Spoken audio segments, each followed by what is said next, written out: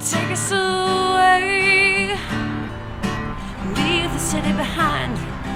We're on our way to find blue the sky. Hey everybody, welcome to Trail Sage. And this week we're going to do something a little bit different. Instead of reviewing a product, I thought I would talk about my experience with training while being injured, and specifically with broken ribs. Just to give you a short recap, if you didn't see my other video, I broke my first and third rib, as well as the T1 in my back, a bunch of ligaments in my right hand, and broke my distal radius in my left. But I kind of wanted to focus specifically on the broken ribs.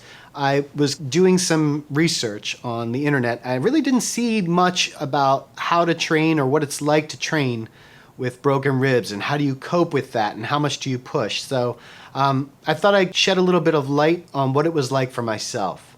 Now, obviously, I'm not an expert, and you should certainly consult your doctor before you start any kind of training and make sure the things that you want to do aren't going to actually injure you further.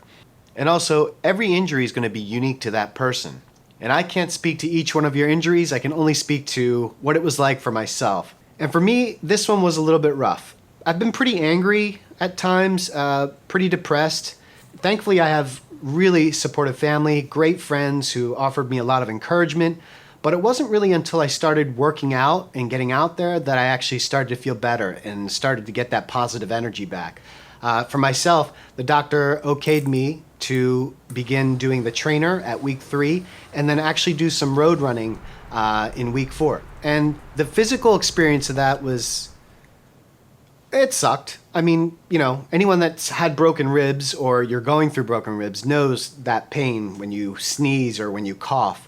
And the first trainer ride, it wasn't like that. It wasn't that kind of extreme, like sharp pain. I would say it was more uncomfortable. It's a lot of discomfort, right? It almost felt like there was a constriction around my chest. It was hard to breathe, you know, taking those deep breaths. And so that kind of leads me to my first point, which is, you know, you want to start off slow. I think my first trainer ride was like, you know, half an hour, you know, and I didn't go very hard, but I wanted to get the heart rate up. I wanted to start breathing a little bit harder. And yeah, it was really uncomfortable in the chest area.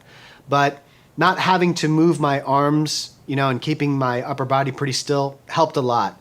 The running, on the other hand, that was a little bit different. I'm not sure if it was a combination of, you know, moving your upper body more, as well as the impact from hitting the ground.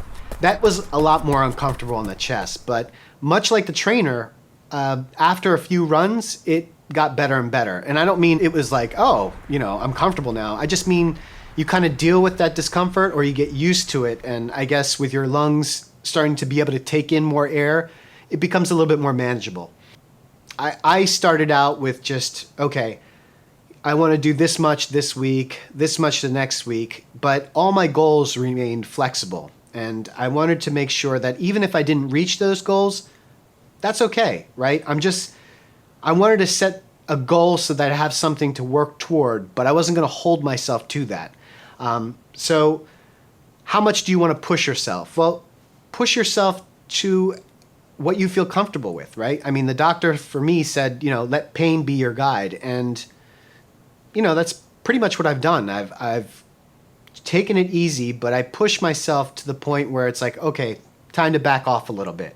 And that's worked out. And so as I'm setting my goals, I'm giving myself that leeway. I'm giving myself that flexibility, right? So if it starts to feel uncomfortable, it starts to feel painful, or I need a little bit more recovery, I'm giving myself that. And that kind of leads me into my third point, which is recovery.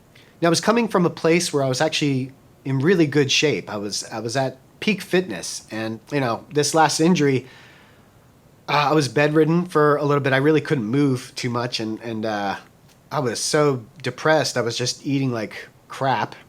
So, you know, I wasn't starting from the bottom, but I had lost quite a bit of fitness. And so it was really important for me to give myself plenty of recovery.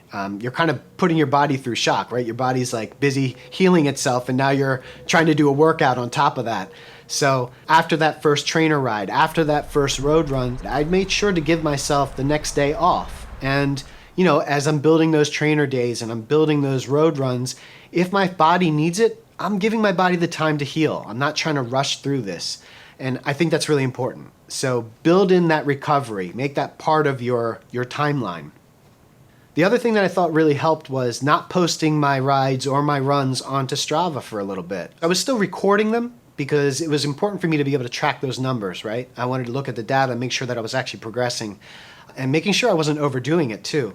But I was keeping all those activities, my trainer rides and my runs, I was keeping them private.